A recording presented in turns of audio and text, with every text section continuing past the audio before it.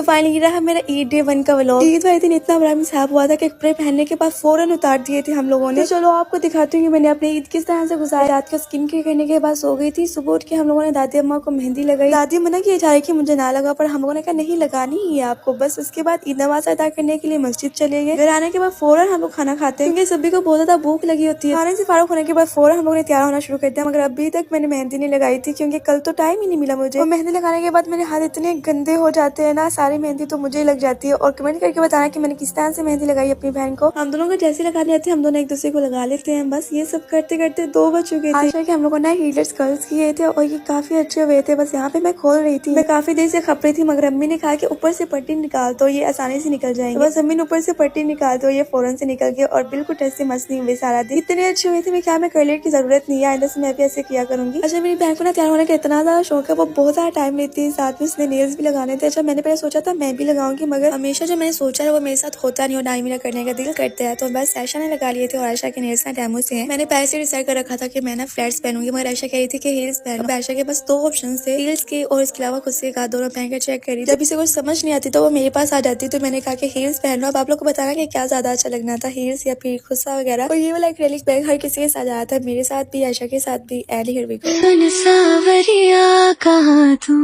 तेरी रीत में समझ न पाऊं, तेरी प्रीत का चर खाली है। और अब आई थी बिजनेस करने की, तो बस हम लोगों ने एक दूसरे से ना ईदी वसूल की, एक्सचेंज की। और ये वाले ईद कार्ड्स हम लोगों ने चांद रात वाले दिन बनाए थे। इतनी क्रिएटिव है हम लोग, माशाल्लाह लाजमी बोल देना। बस कुछ स्नैप्स वगैरह सेंड करने के बाद हम लोग ना रात का इंतजार करना शुरू हो गया, क्योंकि रात को ही हम लोग बाहर निकल सकते थे। हम लोग फिर चले गए टैंगो पिज्जा खाने के लिए। लोगों की फैमिली इतनी कूल होती है ना, हमारे इतनी कंजूस मक्खी चूस है ना, एक दूसरे को डिनर्स पे इन्वाइट करती है। अगर हमारे में ऐसा कोई सीन नहीं होता यार। चलो फैमिली को छोड़ो, ऊपर से मुंबई दोस्ती भी मेरी ऐसी मुझे चुना लगाने को रहती है। यहाँ पहले तुम लोग तो बुला, फिर मैं भी बुला लूंगी। एक दिन बैठ के हम लोग खुली गुफ्तगू करेंगे इस पे। बस पिज्जा आ गया था घंटों के बाद और इतना रश लगा हुआ था। मिलते हुए नेक्स्ट वीडियो में। लाइक सब्सक्राइब शेयर फॉलो कीजिएगा क्योंकि आप ही मेरे दोस्त हैं। Bye bye.